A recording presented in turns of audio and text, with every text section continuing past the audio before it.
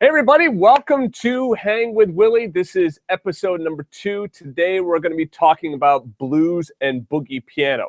I know I've had some of you write in asking that I talk about something very specific, like about chords or scales or whatnot. And what I've learned is if I try and do that, I mean, as we already have like over 100 people, 100 students on the call right now on the webinar. So if I start to do that, it's going to get very watered down. So what I'm going to do instead is in these Hang with Willie sessions, I'm going to go through a specific style or something very specific. So it really gives you a lot of value.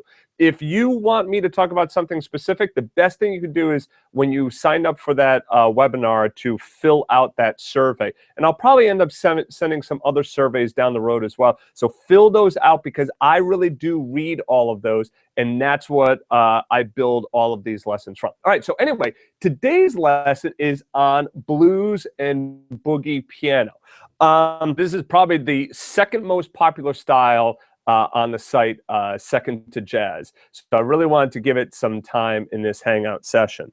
So first thing is I've created these practice tips, okay? So we'll go through all of these, but let me just get started by showing you these different bass line patterns. So the first pattern we're going to talk about is this straight, what I'm calling rock pattern, okay? This would be if you just had like a rock beat going, you could like...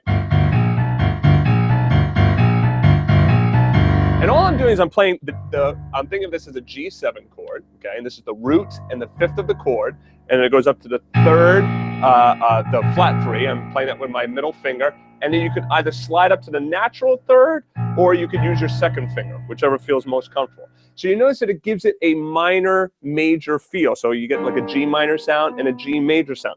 This is very indicative of the blues, all right? To get that minor major sound in there. And this really all comes from that bending of those bending of those notes like you could on guitar. You can't do it as well on the piano. All right, so the first thing is just getting that down, that straight pattern. Here it is on C. Now, I'm playing this blues in the key of G, okay?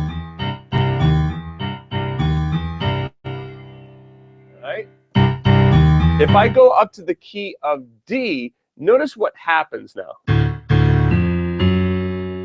Notice that it's a little bit different, isn't it? Okay? You can see here that it's, you see here that when I go up to D, like that, it's not as comfortable, is it? So let me go through that again. So we have G, and then I go to C, and then when I go to D, notice I have the minor 3rd going up to the major 3rd, but I can't do that same slide up with my middle finger, can I? It's just not going to make sense. So the key of G is not as typical of a boogie key for pianists, right? For that reason. But I wanted to go into the key of G to give you a little bit more of a challenge, right? And then to get outside of just always playing in the key of C. Of course, we could bring this stuff into the key of C as well. So there it is in C, F, the 4 chord, and then the 5 chord. Okay. All right, so that's the first thing, is that there's this straight pattern okay? But what we're going to be focusing on is this swung, or what some people might call a Texas boogie, all right? It's kind of a little bit more swung. So it's the same notes, but now you notice that it is a triplet feel. So if we had triplet, triplet, triplet, triplet, triplet, triplet, trip. And what I'm saying is triplet. So let me write that out for you. So it's triplet. Okay, so I'm saying that triplet, and that's right there, triplet. Let me try and make this a little bit smaller for you. Might make it a little bit easier to see it.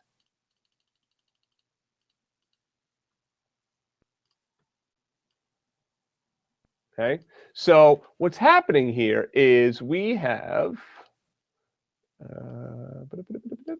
okay, this is trip, the eighth rest is and then the last triplet there is let, triplet, triplet, triplet. Okay, so the first thing is just try saying that, triplet, triplet, try clapping it, triplet, triplet, triplet, triplet, right? And then you could try applying it to the notes, triplet, triplet, sorry, triplet, triplet, triplet, triplet, triplet, triplet, triplet, triplet. So you notice that you're hitting on trip and let.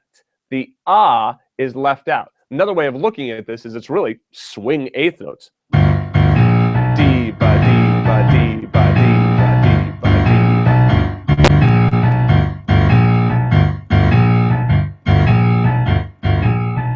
Okay. And if any of you joining live, if there's anything wrong with the video quality, don't worry. I am going to be recording this. Unfortunately, I forgot to hit the record button right at the beginning, so you just missed the first minute. But you will have all of this. It's recording right now, so you can get in and see it on the site later on today. Okay, so that's the next thing. Get that down. So you want to start with the straight one and then get on down this Texas boogie, the swung one. Now, this is where it starts to get cool because now we start bringing in some of these licks. Okay, so let me show you this lick.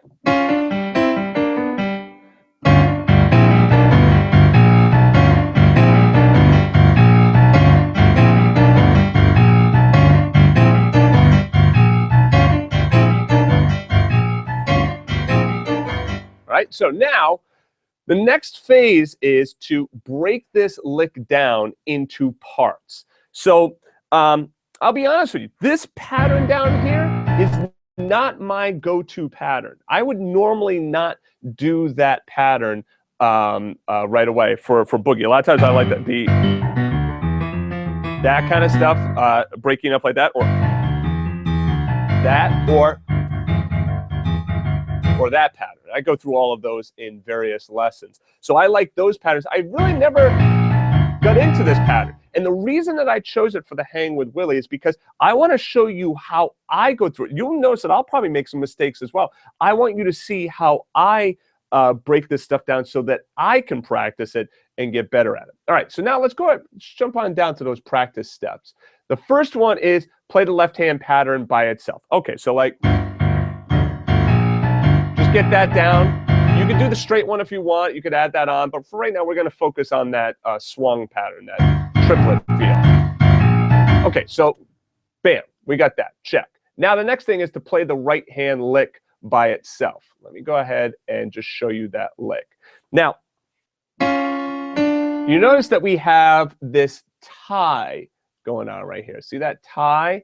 Okay, that tie is going to tie the F natural over to the F natural. That means you're going to hit them together, right? And then just slide up to the D. And then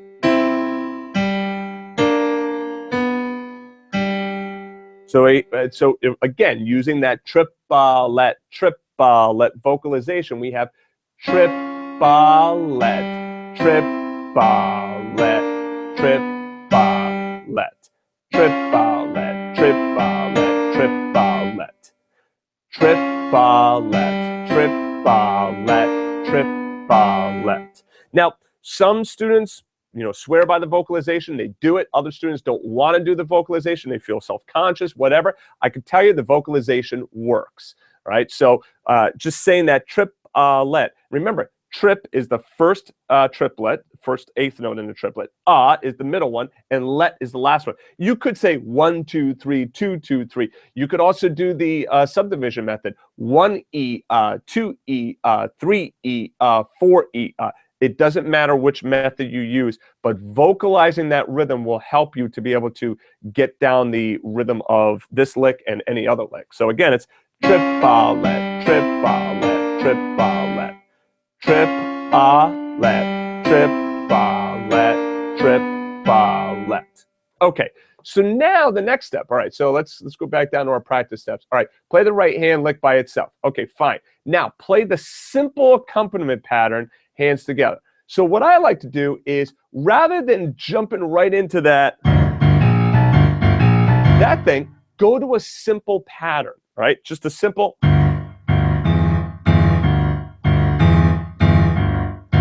Okay, so I could do that. I could also just do trip-a, trip-a-let, trip-a-let, trip-a-let, trip. I could just stay on the G and the D, that root 5 chord. But let's do this one. And then the first thing I'll try doing is, let me just see if I can play it together, all right? All right, so I'm able to do it there, but let's say I made a mistake. It's not going together, it's not flowing, it's not feeling right. Okay, so I try playing it hands together at first, but as soon as I realize that, okay, hey, look, this isn't working out well, then what I'm going to do is I'm going to stop. I'm going to tell you something extremely important right now, and I hope that you really heed this advice. Every time you practice something wrong, you are getting better at playing it wrong. So a lot of times, and I've been saying this for years to students, a lot of times students will be like, I'm just going to keep going through it. Like, I'm just going to keep going, and then eventually I'll get it. The problem with that approach, that brute force method, is that you're just playing the wrong stuff over and over. Your hands are going to get used to that, okay? So what you want to do is, your form is extremely important. The gym is always a good analogy. If you go into the gym and you're lifting all wrong, do you think that if you just keep like, I'm just going to keep doing it like this and eventually it'll get better? No, you're going to hurt yourself, okay? You may not hurt yourself on the piano by playing the notes wrong, but you will hurt your long-term retention of the material because you keep playing it wrong and you're practicing it wrong. Okay, so enough said on that. When you're playing it wrong, stop and now start to break it down. What I like to do is just break this down into small sections, okay? So right here, all I'm going to do is I'm just going to take that first triplet, the first beat. So I have, and then the other thing is, take a look at where they line up. So I like doing this. I'll do this in a student's sheet music, just to show them. Like, put a line right there. So put a little line.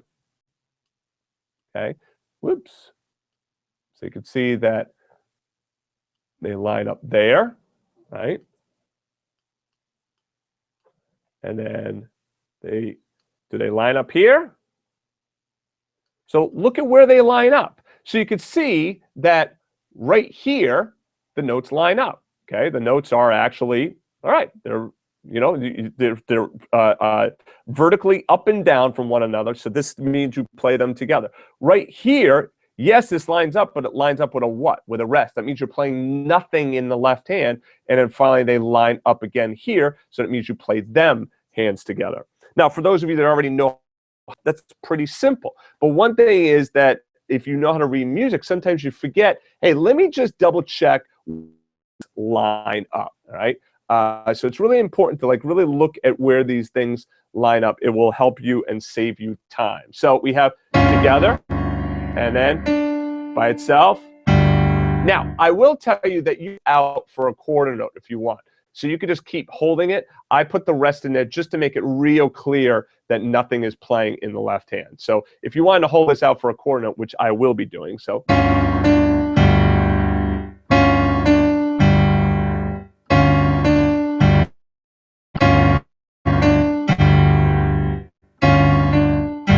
See, together, the right hand by itself, and then together. And then I'll go to the next one.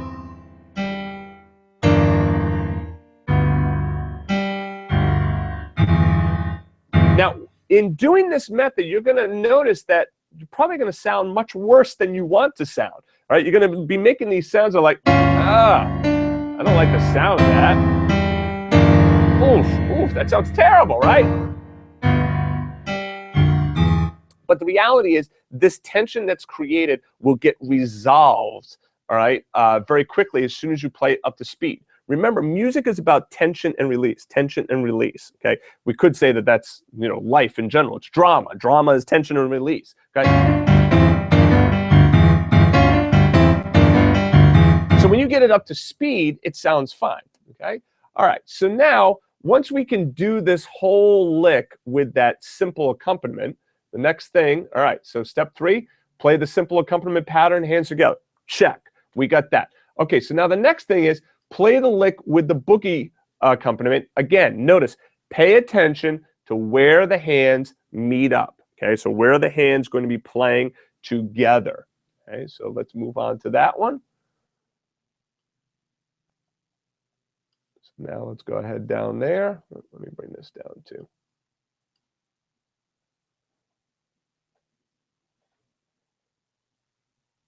Okay. So, all right, so now on this one, you notice that what I'm doing is we have this, we actually have the boogie pattern now, okay? So it's no longer the simple pattern, now it's the boogie pattern.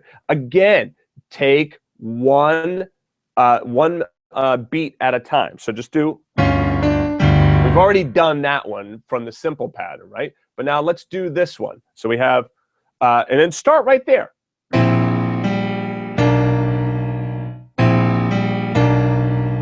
And as bad as that may sound, or as difficult as it may be, if you practice just that section, have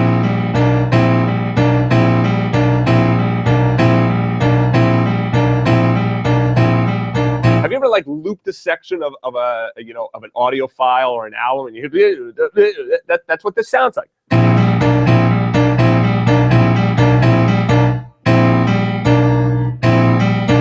Right? So you're going to loop that over and over. Then go back and do this whole section. Now, I call this chunking. I'm taking a chunk. I'm taking like this chunk of the piece, and then I add on this next chunk. Okay, and then now this chunk that I have is now it's going to be 2 beats long. So let me play that whole thing. Whoops. Whoops. I keep wanting to go back to that simple pattern. So let me get that in my head first. All right.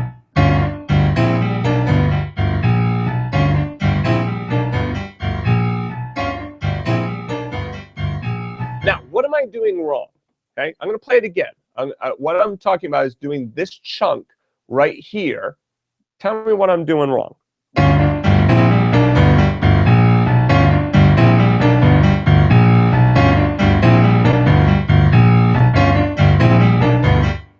You know what I'm doing wrong? I'm playing the entire thing. I'm going in. I'm doing the entire measure.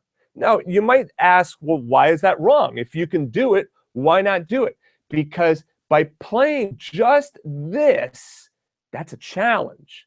And if you can't just stop right there, then that's a problem. You should be able to play any section of music and only play that section of music over and over and over again. So even though, yeah, I can play the entire thing, doesn't mean that that's what I should be doing right now. Instead, what I should be doing is I should be focusing just on this one section. So let me just do that.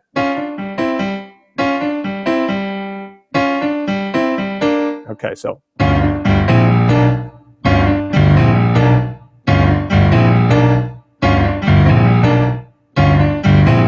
And every time I play a section, I'm going to really focus on each one of those notes. I'm really going to focus on my fingering, and I'm also going to start to focus on my body. Like, am I playing this loose, or is it really tight and tense? If so, then that means I need to practice that more. All right, so then finally I'm going to end up adding on the next section and the next section until finally I can play the entire thing, and then that sounds like this.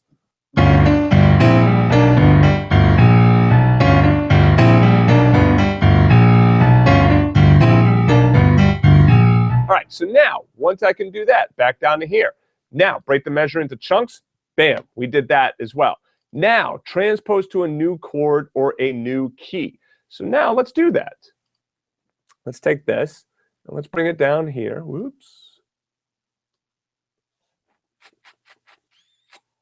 Now, let's transpose to the key of C. All right. Now, I'm really not transposing to the key of C. I should say I'm transposing to the C7 chord. I'm still thinking in the key of G because I'm thinking that this would all be part of a blues. All right. So now, how do I transpose that? All right. The first thing I need to do is I need to think about how do these notes relate to a G7 chord. So when I'm looking at these notes, I need to think about theory-wise what's going on here in the right hand.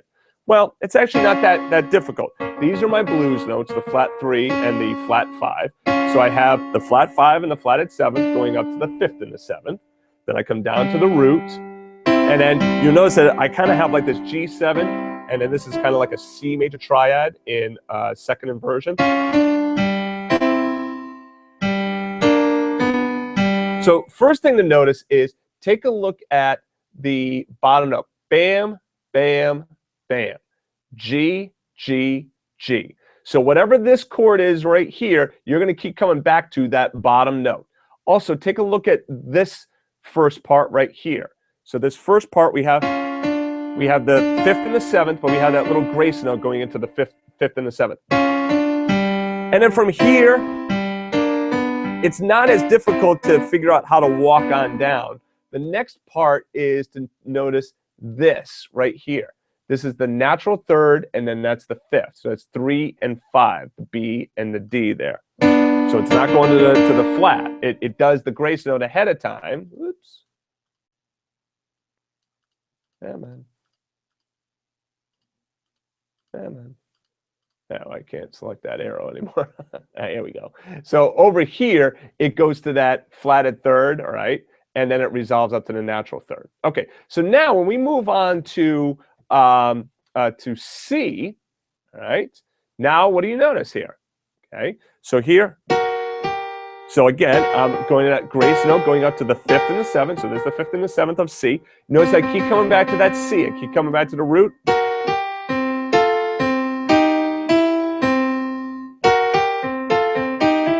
And in fingering wise, you can do 3 and 5. You might find it. Oops.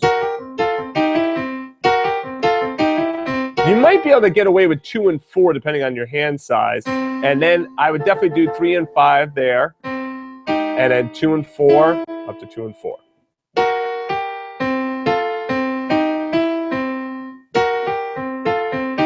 So if your hands are smaller, then you might have to go 3 and 5. Right, so now the next step is, all right, let's get that left hand.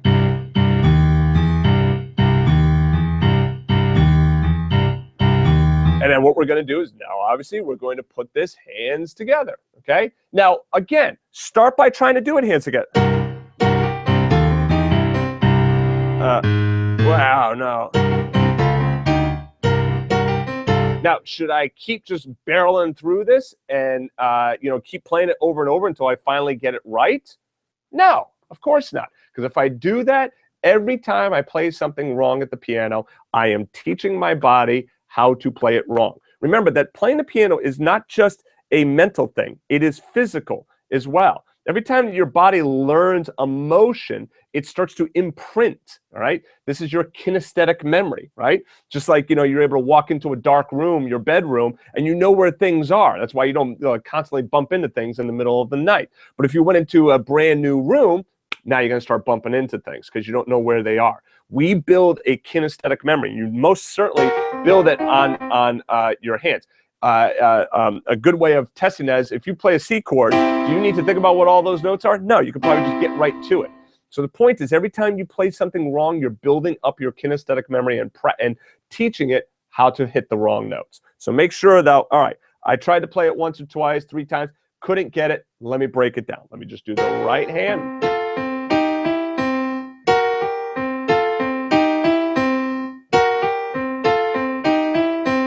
right? Let me do the left hand.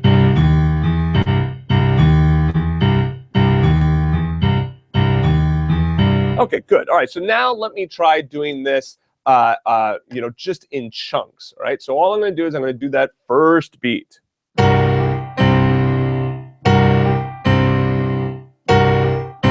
And I'm going to use my second finger and fourth finger.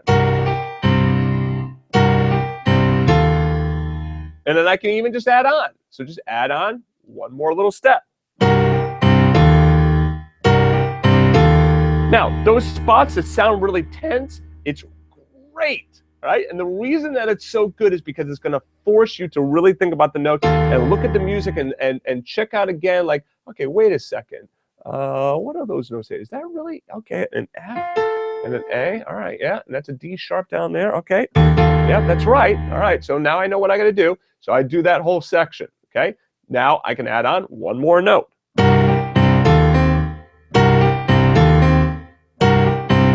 And each time I add on a note, all right, what I'm trying to do is I'm trying to get it nice and flowing. All right, and then I can finally move on and then try doing the next note, the next note, the next note. Okay, you keep working through that until finally this is the whole lick. Whoops.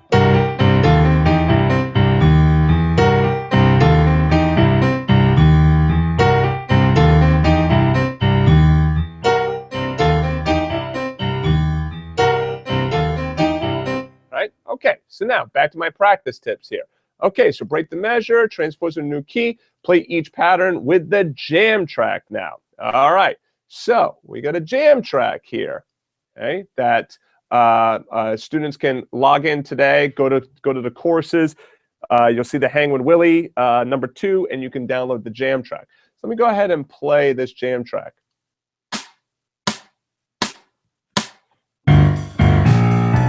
So I'll go to the G one.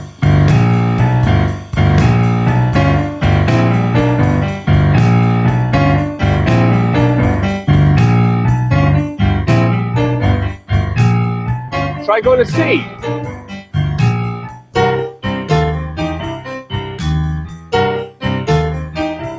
Back to G.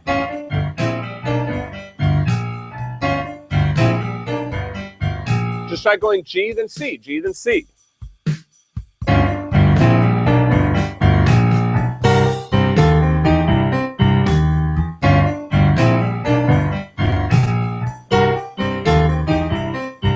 Now, if you find that when you're playing this, you're doing something kind of like,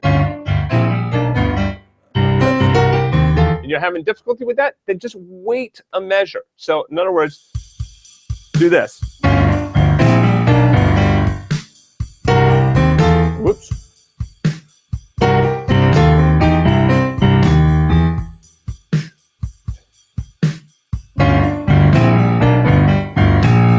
And then maybe you just wait a beat or two, but try coming in on the beat. All right, so now the last lick is on D7. And what's challenging about the D7 lick, okay, is that you're now, that's all fine, but then we have this. Okay, so I'm using my second finger and pinky up to my middle finger and pinky down to the root.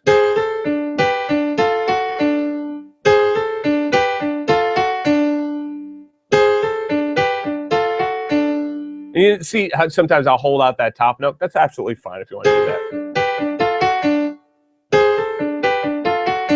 Okay, so again, D is like playing stuff on the D7 chord is not as popular because of that. All right, left hand too.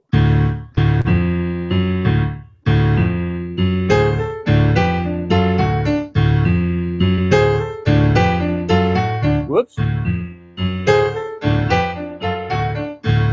Again, break down each step here. So.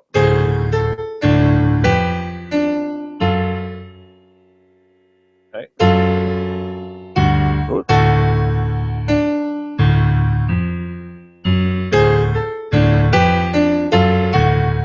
So you might even just do that much. All right, don't hit that last note yet. So.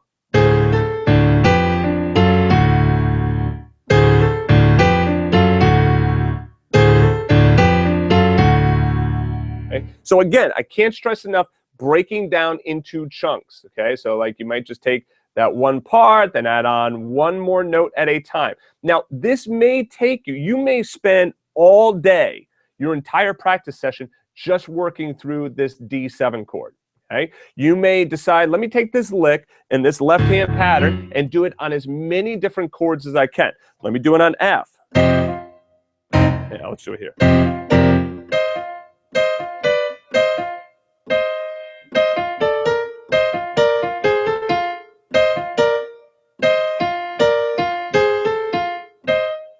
That's it. You know I was missing a note.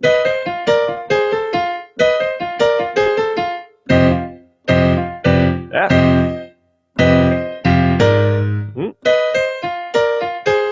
So I'm going to just get the right hand lick. Let me get the left hand out. Right? And now let me start to put it together slowly. All right.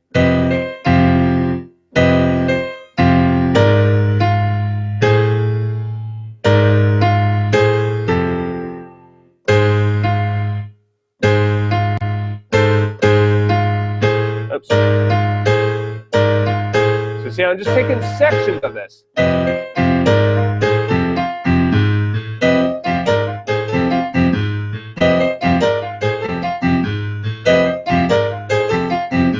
Take sections, chunk by chunk by chunk, until finally I can play the whole thing. And then my goal, okay, after I can play with the jam track, moving between any two chords, okay, apply the pattern to the 12-bar blues, and then the last thing is focus on being loose and breathing. So then I could put that jam track on and then just try working in the key of C or the key of G.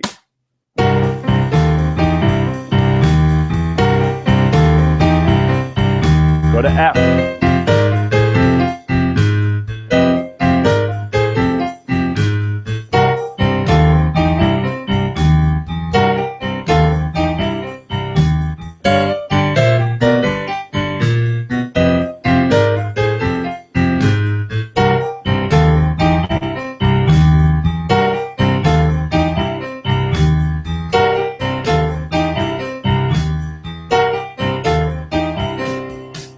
So I can then move in between any of those chords, play along with that jam track, and now I've just built a 12-bar blues using this accompaniment pattern and then that lick in the right hand. Now, the next step is add on another lick. Add on another lick. You know, we got so many different blues licks in the site, so you can just do a search for blues lick, and I'm sure you're going to get some stuff coming up, and if not, just contact us. There's a lesson called 15 blues licks. You can just use those different licks along with that accompaniment pattern, and now you can just start to build up this whole repertoire until finally,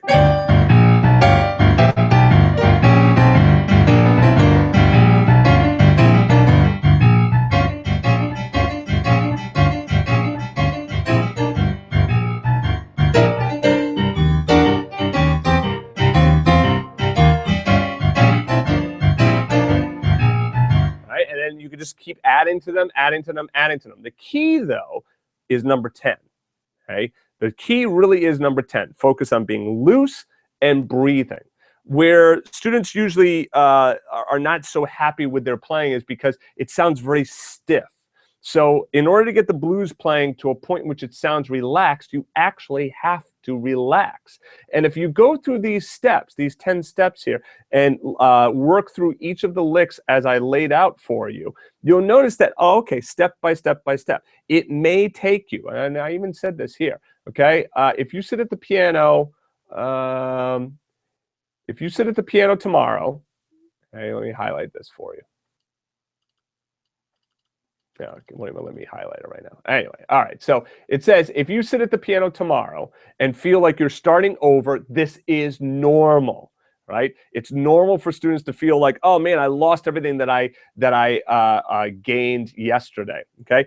Usually it's not the case. Usually you get up to like maybe here yesterday, and then the next day you might start a little bit below. But the goal is at the end of the session, you should be there. So you should be like another rung higher. And then the next day, a little bit higher. But remember, when you sit down to practice, you're probably going to start a little bit lower than yesterday, because you got to kind of work your way back up to where yesterday is. Another way of looking at it is when you finish working out, running, exercising, whatever it is you do, if you like going for a bike ride, when you're at the end of that physical activity, you're loose, right? You feel like, hey, I could do stuff. You might be able to jump higher. You might be able to run faster, do whatever better because your body is loose. Well, the next day when you start out and it's 50 degrees outside and it's cold and you haven't stretched or warmed up your muscles, you think you're going to start at that same spot? Of course not, right? You're gonna warm up again. But then the next day you should be able to get a little bit better, feel a little bit more comfortable, get a little faster, and so on and so forth, okay? So that applies to piano as well. I wanted to share quickly with you, if you are looking for the sheet music, what you want to do is you want to go into the courses area and then click on where it says sheet music. Let me go ahead and show you this full screen here. Okay. So when you get into the site, just click on courses, and once you get into the courses, just look for Hang with Willie, and then you'll see all of the sessions right in there, and you can go ahead and download the sheet music from there. Okay.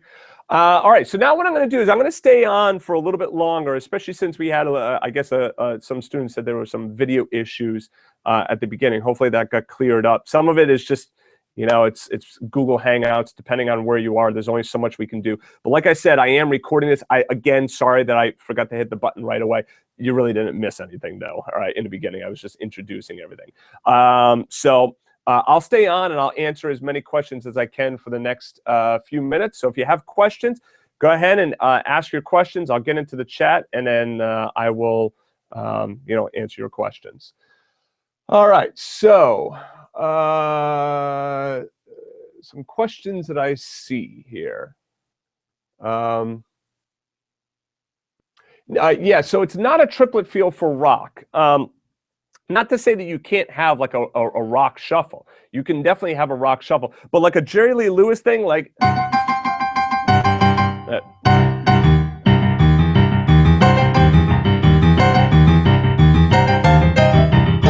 I can't even do it that fast, but like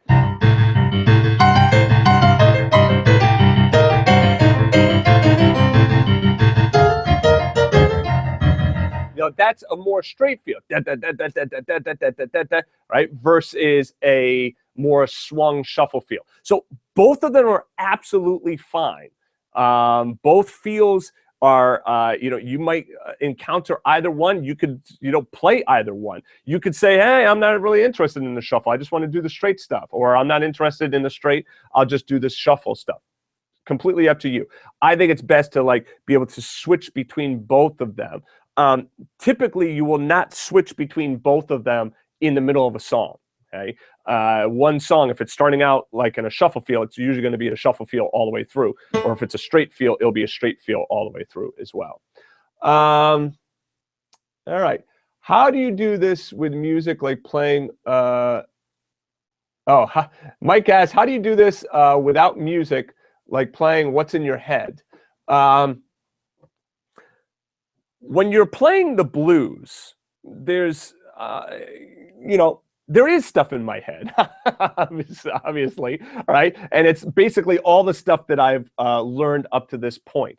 And so let's just catalog that. I'm a big believer in taking a very logical approach to, to learning the piano. So the first thing is rhythm. Okay? Like if I didn't know that triplet feel, then I'd be lost. So I need to be able to just like anywhere I'm going, like on my steering wheel in my car, triplet, triplet, triplet, triplet. And notice what I could do is I could do things like triplet, triplet, triplet, triplet, triplet, triplet, triplet, triplet, triplet, triplet, triplet. So that's triplet, triplet, triplet, triplet. I could do single notes, triplet, chords, triplet, triplet, triplet, triplet. But the first thing is really getting that rhythm down. If I can't play the rhythm, then it doesn't matter about the notes. I'll never be able to play it with good rhythm. Second thing, accompaniment patterns. So learning that simple accompaniment pattern, okay? But then moving on to this one. Now, did you notice when I went to that rock feel and I'm trying to do this?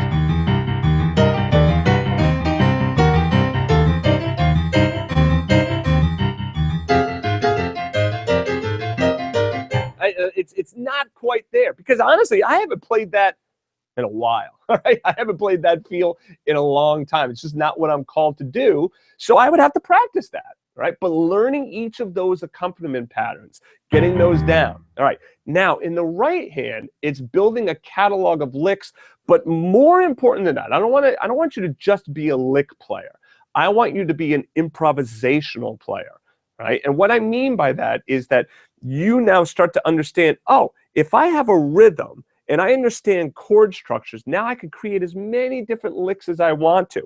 So if I'm on C7, this is a very common, all off of that C7 chord. I also have my blues scale notes. I also have the minor pentatonic notes just by leaving out that G flat. So if I do triplet, triplet, triplet, da, triplet, triplet, triplet, da. Let me get something that I'm going to remember. Triplet, triplet, triplet, da. There we go. Triplet, triplet, triplet, da. Now let me add that to the left hand.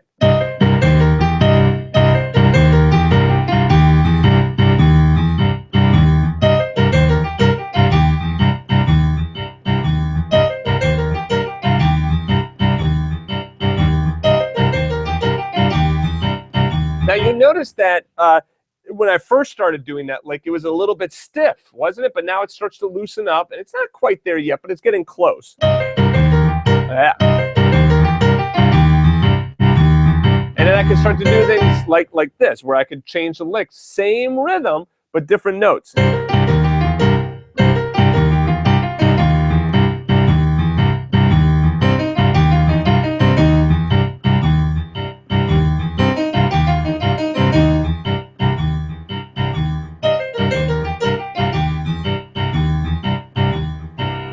So now I'm building up a catalog of accompaniment patterns in the left hand, licks in the right hand, but more importantly, I'm building up a catalog of two-handed patterns.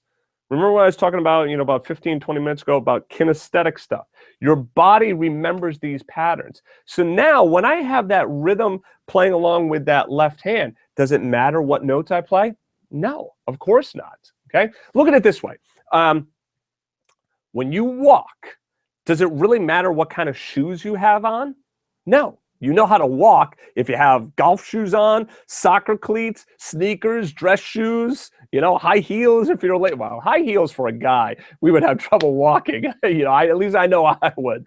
So, you know how to walk, right? That's the whole point, okay? But if I'm even taking that joke for a second, high heels on a guy, all right? At first, we wouldn't know how to do it, but of course we could learn, all right? And then how would you do that? You take one step at a time. You got to pay, very close attention. You got to break it down. You have to be super, you're going to pay attention to each of your muscles and really be thinking and really be watching your step. Think of it like walking on ice, right? Or when it's slippery outside. You notice how your brain changes the way that you walk. You're much more cautious.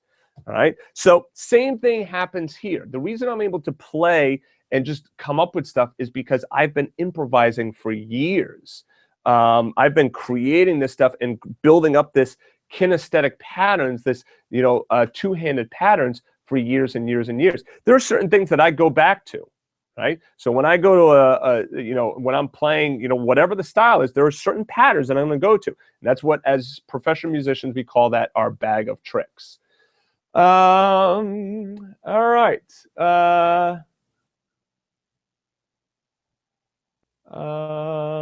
Yeah, so the music, just contact us, Jeff. Jeff was asking if the music was available for non-members. So you need to be a member of the site, but if you've purchased stuff in the past, contact us, support@jazzedge.com, and we'll hook you up. Any tips, techniques for the organ B3 guys? Well, actually, in a lot of ways, a lot of the same stuff. You could take all of the right-handed licks and they would all work. And, you know, I'm not even going to insult you by putting on, well, you know what? Let me put on some kind of, actually, this one, that one's not that bad. But down here.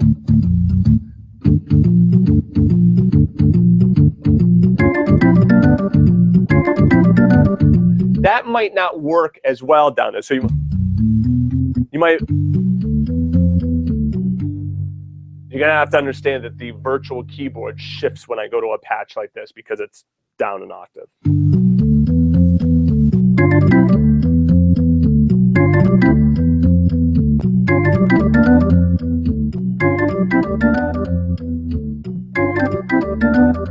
You're going to have to change the lick in the right hand a little bit, but to get more of that, you can do that as well.